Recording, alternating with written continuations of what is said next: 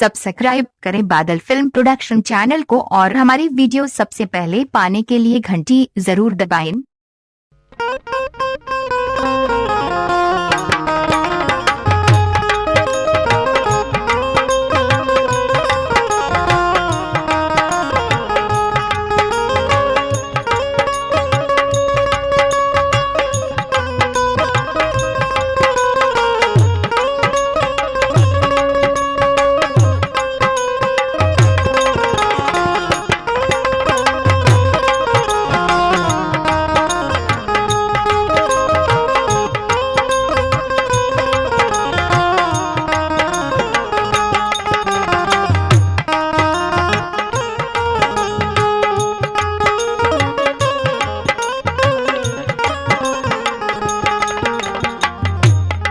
आई भैया एक बार फिर से हम बादल स्टूडियो सादात की धरती से बादल भैया के देख रेख में एगो शिव चर्चा वाली भजन फिर आपके समक्ष भेजतानी।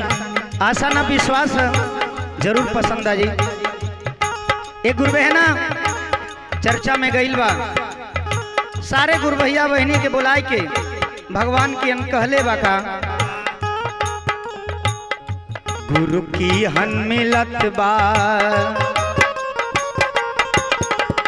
शिव गुरु चर्चा में का मिलेला, चर्चा में आए के गुरु बहना गुरु भाई सब कहत बा भगवान भोलेनाथ से का मनोज भैया गुरु की हन मिलत बा उपैया नु हो आके बिगड़ी बनाला।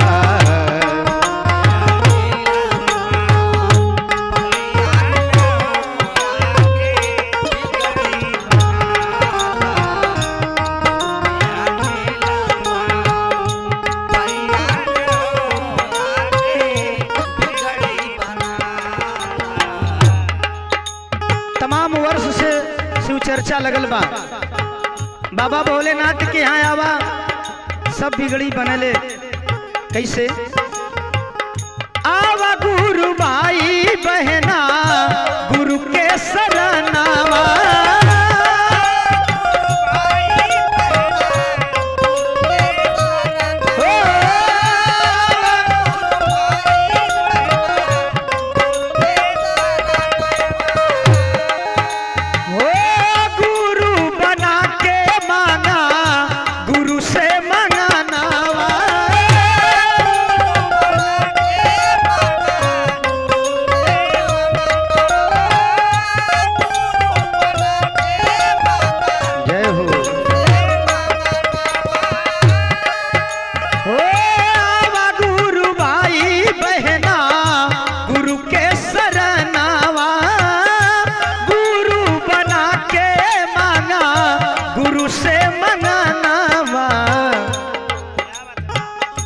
मिल जई है सुख के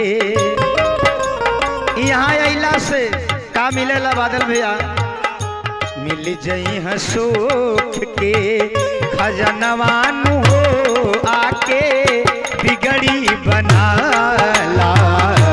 मिल जई है सुख के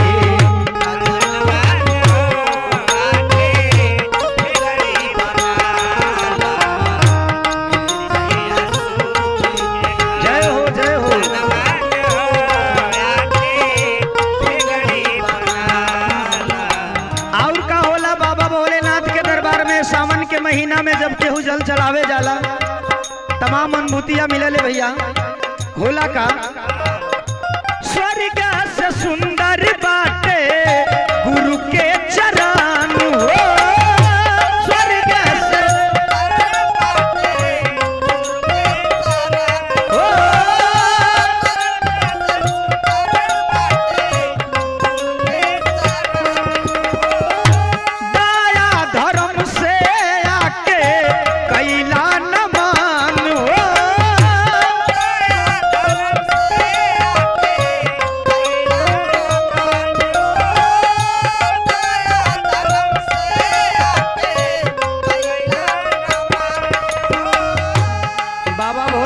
के दरबार में जे भी आयल अगर दिल से याद कैलस तो के अनुभूतियां जरूर मिलल।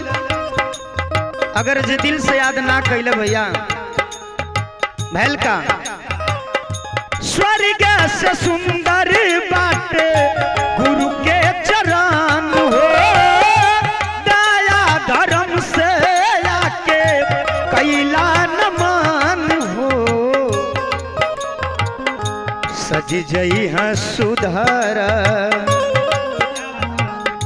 सज जई है सुघर सपनवान हो, आके बिगड़ी बनाला।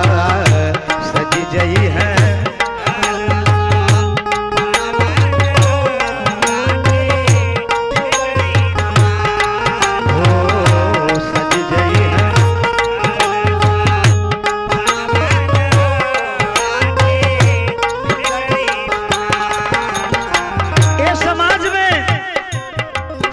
मिलत बा गुरु के शरण में भैया, लेकिन सब अटकत बा भाई। शिव के गुरु बनाला, गुरु बनौले से बड़ा अनुभूतियां मिलले। सूरत भैया अंधा समाज भइल बदला तरीत हो,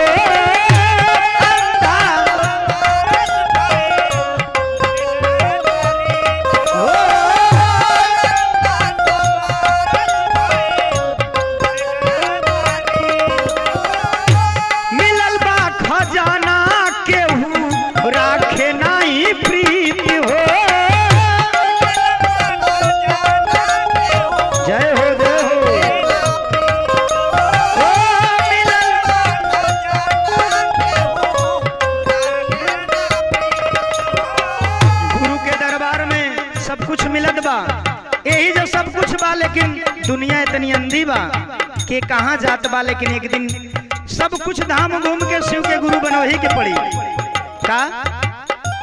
अंधा समाज भइल बदला तरीत हो, मिलल बा खजाना केहू राखे नाही प्रीत हो।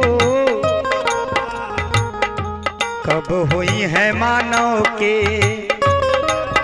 लोक में, कब मानव के ज्ञान होई,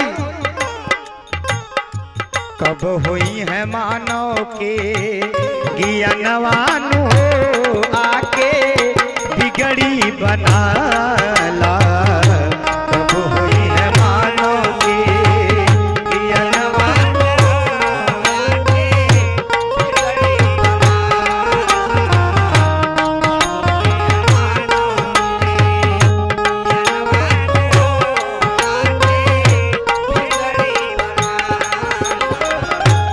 माध्यम से हमके सब भाई गुरु बहना के संदेश देता नहीं बाबा भोलेनाथ के चरणों में नमन करे के।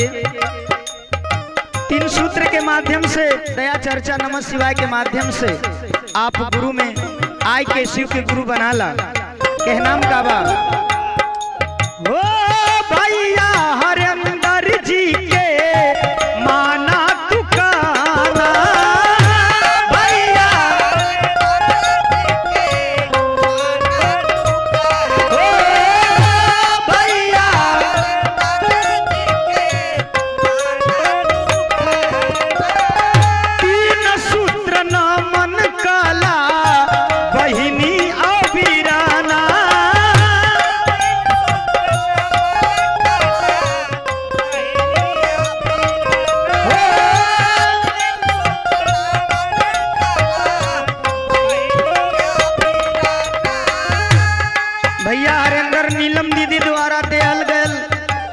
पहला में दया मांगना, दूसरा में चर्चा, तीसरा में नमः शिवाय का जाप 108 बार। जे कैले ओकर मन के इच्छा जरूर पूरी भइल भैया। ओ भैया हरिंदर जी के माना तू कहना, तीन सूत्र नमन कला बहिनी अभिरना का। दया चर्चा नमः शिवाय, दया चर्चा नमः शिवाय विधनवान हो, आके बिगड़ी बनाला। दया चर्चा नमः